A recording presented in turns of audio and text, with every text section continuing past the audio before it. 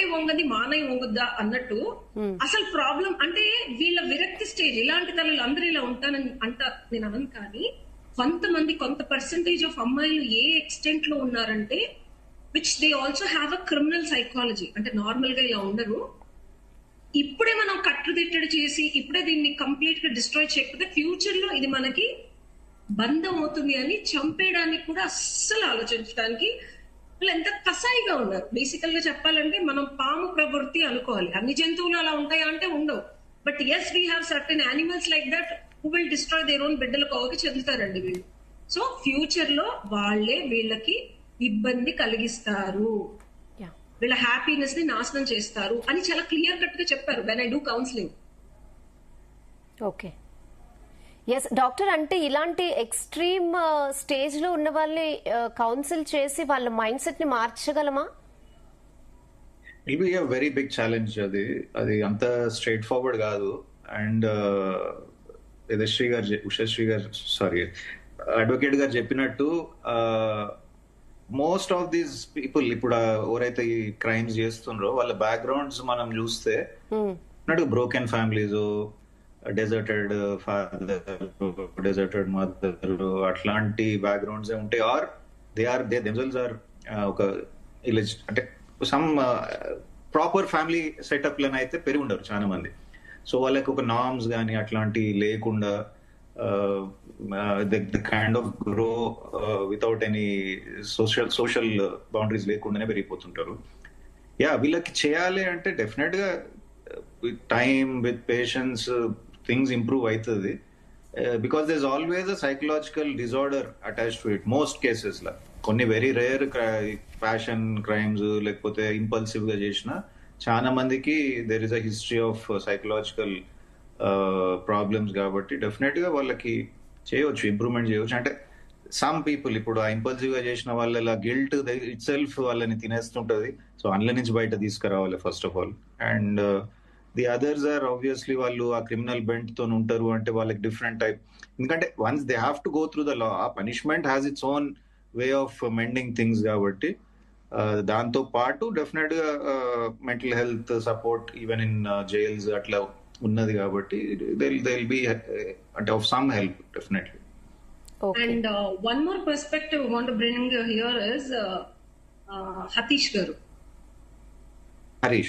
Harish garu is that broken, మీరు చెప్పినట్టు psychological పరంగా డెఫినెట్ గా బ్రోకెన్ ఫ్యామిలీస్ అవి ఇవి వస్తున్నారు. బట్ దేవర్ అంటే certain cases which have seen exclusively the love and affection other than the husband ఏదైతే ఎక్స్ట్రా మ్యారిటల్ అఫైర్ ఇస్తాడో he is also one of the biggest culprit for making all this to happen. వీళ్ళుంటే నేను నీతో సరిగ్గా ఉండలేను. Because when we were researching on that, the intentions was not from the mother initially. Intentions were not అంటే ఈ అబ్బాయిలు చూపించే అది ఆ లర్రింగ్ అవనివ్వండి, వాళ్ళు ఎరేస్తారు కదా ఈ అమ్మాయి దగ్గర ఎందుకు, అది డబ్బు అవ్వచ్చు, ఇంకోటి అవ్వచ్చు. సో నేను నీతో సరిగ్గా సక్రమంగా ఉండాలి అంటే ఇవన్నీ బంధాలు, ఇవన్నీ అవరోధాలు, ఇవన్నీ నేను భరించలేను, సహించలేను అని డైరెక్ట్ గా ఏం చెప్పరు వాళ్ళు. By the way when I was talking to this women they were telling అతన్ని మెప్పు పొందాలి, లేకపోతే అతని దగ్గర నుంచి కన్సిస్టెంట్ గా లాంగ్ టర్మ్ లో నేను హ్యాపీగా ఉండాలి, లేకపోతే అతని దగ్గర నుంచి అన్లిమిటెడ్ లవ్ నా మీద చూపించాలి అంటే clear this out. So this was something which was mind blowing for me. And actually మనం అనుకుంటాం తల్లి ఎలా చంపింది and for all the people in the media also you might think like తల్లే కనిపిస్తుంది. But as a lawyer in the criminology that I study, there's lot of background of tuning that happens to this తల్లులు to make this happen. చూడటానికి వీళ్ళు చంపినట్టు ఉంటారు, but in reality these are the people who really kill them. There's also ఇంకొక angle చెప్తున్నాను, this also lot of planning, execution and final వరకు వాళ్ళని చంపడానికి కావాల్సినవన్నీ వేరే వాళ్ళు చేస్తారు. అర్థమవుతుంది? సో డజంట్ లుక్ లైక్ తల్లి చంపింది అని అనిపించేలాగే ఉంటది, కానీ ఇన్ రియాలిటీ మాకు అది నిజం కాదు చేస్తారు. So which doesn't come out because nobody researches on that and lot of cases doesn't come out. Most of them are పిల్లలు మిస్సింగ్ అవటము, ఇట్లా మీకు తెలియదు చాలా cases which I'm watching. Sudden గా పిల్లలు మాయమైపోతారు. అండ్ లోవర్ మిడిల్ క్లాస్ వీళ్ళు ఏంటంటే they don't come to stations and they don't come to media so much. The facts of the case are not seen or foreseen are unseen.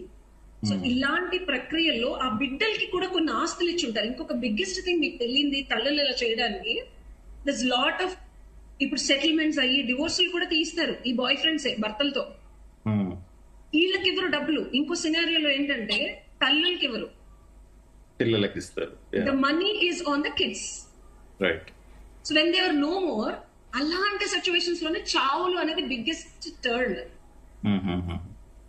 So మన only తల్లి psychology, తల్లిలా ఎలా చేసి ఈ perspective లో ఆగిపోతారు చాలా వరకు. రియాలిటీలో lot of benefits that this extra marital guy is getting out of doing this. లేకపోతే గెయిన్ లేకుండా నో పెయిన్ నో గెయిన్ అండి. చావు వరకు వెళ్తున్నారంటే బట్ కానీ అంటే తల్లి చంపిందే ఆ విషయమే మనం ఎక్కువగా ఇప్పుడు వింటాము, చూపిస్తాము. ఎంత రీసెర్చ్ చేసినా వెనకాల విషయాలన్నీ సెకండరీ అయిపోతాయి ఆబ్వియస్లీ. అంటే చెప్పరు. మీ పేరేమన్నారు? రెహానా గారు. ఫ్యాక్ట్స్ ఆఫ్ ద కేస్ అనేది మీరు మహా అయితే స్టార్టింగ్ ఆఫ్ అ కేసు వెలుగులోకి వచ్చినంత వరకు మీరు దాన్ని మీడియాకి వేస్తారు. పోలీసుల ఇన్వెస్టిగేషన్ లో లోపలికి వెళ్ళి ఇవన్నీ కూడా 10 రోజులు 15 రోజుల్లో తెలిసే ఫ్యాక్ట్స్ కాదు. When you do a deep investigation, when it comes to the trial, ఆ స్టేజ్ లో తెలిసే ఎవిడెన్స్ ఇవన్నీ. అర్థమవుతుందా? బట్ స్టిల్ అంటే ఇప్పుడు వాళ్ళ విలాసాల కోసం వాళ్ళు ఇన్ఫ్లుయెన్స్ చేస్తే అంటే బిడ్డల్ని చంపుకునేంత ఎందుకు మదర్స్ ఇంత వీక్ అవుతున్నారు అనేది ఇప్పుడు ఆలోచించాల్సిన విషయం కదా. అదే చెప్తున్నా రెహానా. ఇక్కడ మనం మోస్ట్లీ ఏమనుకుంటాం, అబ్బాయిల మీద ఒక కోరిక అదర్ దాన్ భర్త, ఎక్స్ట్రా మ్యారిటల్ అఫైర్ వల్ల ఈ బిడ్డల్ని చంపుతున్నారనే పర్స్పెక్టివ్ బయటకు వస్తుంది. నేను ఎన్ని వీడియోస్ చూసినా, తల్లి విలాసము, తల్లి కోరిక, తల్లి సుఖము, తల్లి సంతోషము, దానికోసం బిడ్డల్ని చంపి భర్తను కూడా డ్రమ్ములు, కుక్కర్లు. ఇదే కదా మనం మాట్లాడుకునేది. We are only looking at the facts of కామము, కోరిక. అదర్ దాన్ దట్ మనకేం కనిపిస్తుంది? మీడియాలో ఎవరు ఏం మాట్లాడలేదు. అవునా? అందుకే ఇప్పుడు మిమ్మల్ని జాయిన్ చేయించాం. అంటే సైకలాజికల్ కండిషన్స్ ఎలా ఉంటాయి అనేది ఇప్పుడు డాక్టర్ గారు మాట్లాడతారు, దాని వెనకాల ఫ్యాక్ట్స్ ఎలా ఉంటాయి అనేది మీరు మాట్లాడతారు, అక్కడ ఉన్న న్యూస్ మేము వేస్తాము. Recently handling a case. I tell you a real time scenario. I can't tell you the names. I won't tell you the reality of it, but I'll tell you the facts, which I have every right as a fundamental right, okay? భర్తతో 2 బిడ్డల్ని పెట్టుకొని సుఖంగా కాపురం చేస్తుంది ఒక అమ్మాయి. రాణిలా చూసుకుంటున్నాడు. సరే, వాళ్ళకు ఉన్న దాంట్లో 2 మగ బిడ్డలు, ఒక అబ్బాయి. ఆ అబ్బాయికి కూడా పెళ్ళైంది, భార్య ఉంది. నా భార్యకి టీబీ ఉంది, ఫిజికల్ గా లేదు, ఏవో సెక్షువల్ ట్రాన్స్మిటెడ్ డిసీజెస్ ఉన్నాయని చెప్పి ఒక 4 years నుంచి ఎక్స్ట్రా మ్యారిటల్ అఫైర్ నడిపిస్తూ 2 బిడ్డలున్న తల్లికి అఫీషియల్ గా మ్యారేజ్ నుంచి బ్రేక్ చేసి, ఏది లీగల్ డివోర్స్ ఇచ్చి, అతను లీగల్ డివోర్స్ తీసుకొని వీళ్ళిద్దరూ కలిసి ఉంటా ఈ అమ్మాయిని ప్రెగ్నెంట్ చేసి, ఓకే, డబ్బులన్నీ సెటిల్మెంట్ లో వస్తాయి కదా. 2 బిడ్డల తండ్రి ఆయన, పిల్లల కోసమని డబ్బులు, బంగారము, alimony, మ్యూచువల్ కన్సర్న్ డివోర్స్ లో సెటిల్మెంట్ వస్తుంది కదా, ఆ డబ్బులు తీసుకొని you know what he did in 1.5 years.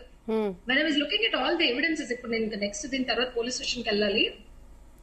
All the money is being transferred to his ex-wife. Currently I'm handling this case. ఎంత బ్యూటిఫుల్ స్ట్రాటజీ అంటే, వాళ్ళ ఎక్స్-వైఫ్ జస్ట్ నిన్న కాక మొన్న గృహప్రవేశం చేసింది, ఇల్లు కొనిచ్చాడు, మనీ సెటిల్మెంట్ చేశాడు ఈ అమ్మాయి దగ్గర నుంచి తీసుకొని, అమ్మాయిని ప్రెగ్నెంట్ చేశాడు. మనం లివింగ్ టుగెదరేగా, ఇంక నేను నీతో ఉండను అనేసాడు. అర్థమవుతుందా? Once the money and the entire gold is been taken away and అమ్మాయి దగ్గర ఇంకా రూపాయి లేదు, ఆఖరికి అమ్మాయి కంప్లీట్ ఏమీ లేకుండా చేసి now he's going to his ex-wife. So ఇది intention of the opposite person to cheat this women అనేది ఎవరు బయట మాట్లాడలేదు, తెలియట్లేదు. వీళ్ళేమనుకుంటారు, పిచ్చిమోహల్ నన్ను లవ్ చేస్తున్నాడు, డబ్బులు దేవుంది, ప్రేమ ఉంది. ఇప్పటికీ అమ్మాయి ఏమంటుందో తెలుసా, నాకు అబ్బాయి కావాలి, అబ్బాయి నన్ను లవ్ చేశాడు. ఇంత చీట్ చేసి ఎదురు అమ్మాయి మీదే కేసు పెట్టాడు అబ్బాయి.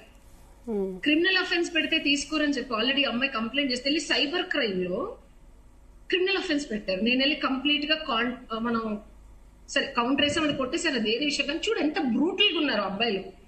2 బిడ్డల్ని. ఇంకొకటి నేను ఇంకో ఫ్యాక్ట్ చెప్తాను. నువ్వు కనుక నన్ను వదిలేసి నా ఎక్స్ వైఫ్ దగ్గరికి నన్ను వెళ్ళనివ్వకపోతే నీ ఇద్దరు బిడ్డలు స్కూల్కేగా వెళ్ళేది, వాళ్ళు ఏం చేస్తానో చూడని. సో ఇక్కడ బిడ్డలు చంపుతుంది తల్లి అనుకుంటారు. ఎండ్ ఆఫ్ ద డే బిడ్డలు ఎవరి దగ్గర ఉన్నారు? తల్లి దగ్గర ఉన్నారు. రేపొద్దు నా బిడ్డలకి ఇతను అయిందనుకో, తల్లి చేసింది అంటాం మనం, అంటామా అనవా చెప్పు. ఈ ఫ్యాక్ట్ ఆఫ్ ద కేస్ లో భర్తను వదిలేసి వచ్చింది, డివోర్స్ తీసుకుంది, బాయ్ ఫ్రెండ్ తో ఉంటుంది, ప్రెగ్నెంట్ అయింది, ఈ బిడ్డలో అడ్డుగా ఉంది అని చంపేసింది అంటారు. ఒకవేళ వర్స్ట్ కేస్ సినారియోలో ఏదైనా అయితే, అవునా కాదా? Normal public. కానీ ఆ అబ్బాయి లిటరల్ గా బెదిరించిన వాయిస్ రికార్డింగ్స్ విన్నాను నేను. అమ్మాయి చెప్పినా నేను